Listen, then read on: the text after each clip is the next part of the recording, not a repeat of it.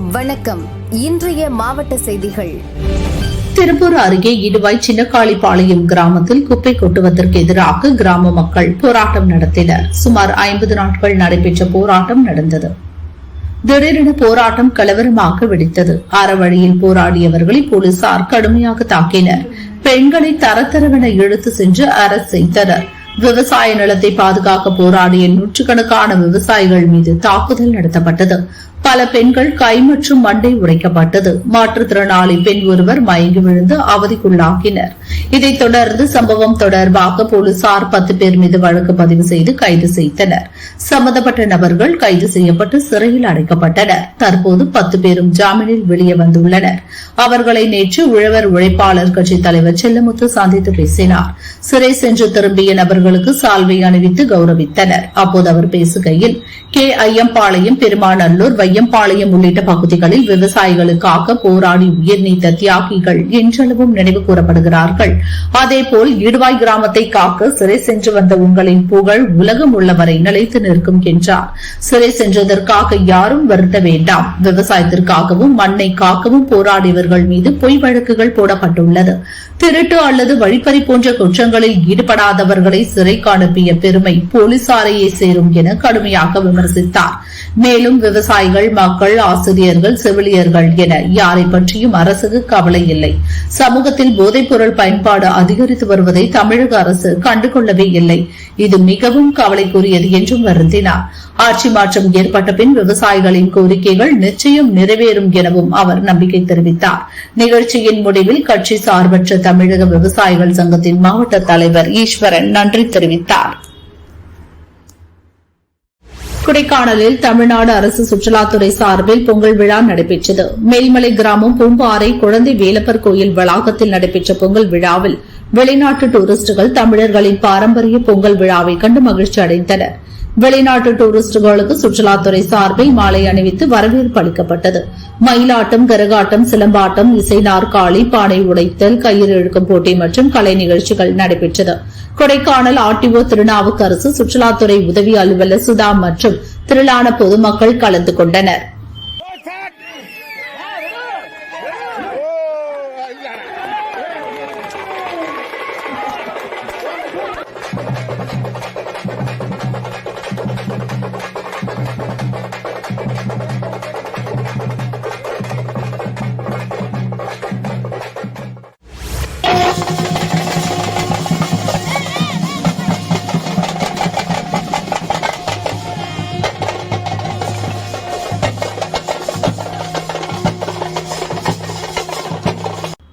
தமிழகத்தின் தென் மாவட்டங்களின் முக்கிய நீராதாரமாக விளங்கும் முல்லை பெரியாறு அணையை கட்டியவர் ஆங்கிலேய பொறியாளர் ஜான் பெனிக்விக்.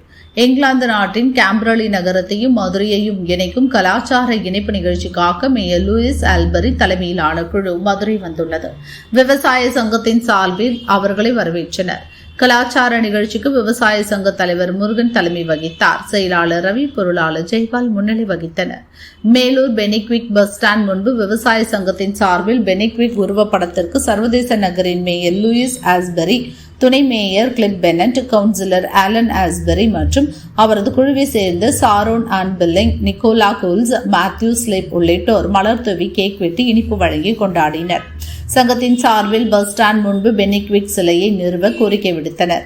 அதனைத் தொடர்ந்து விவசாய சங்கத்தின் சார்பில் போதி தர்மா தற்காப்பு கலை பயிற்சி பள்ளி மாணவர்கள், பயிற்சியாளர் செந்தில் போஜராஜன் தலைமையில் சிலம்பாட்டமும் ஜல்லிக்கட்டு காளையுடன் வரவேற்பு அளிக்கப்பட்டது. இந்நிகழ்ச்சியில் பல்வேறு அமைப்பை சேர்ந்த நிர்வாகிகள், சேவகமூர்த்தி, மணவாளன் உள்ளிட்டோர் பங்கேற்றனர்.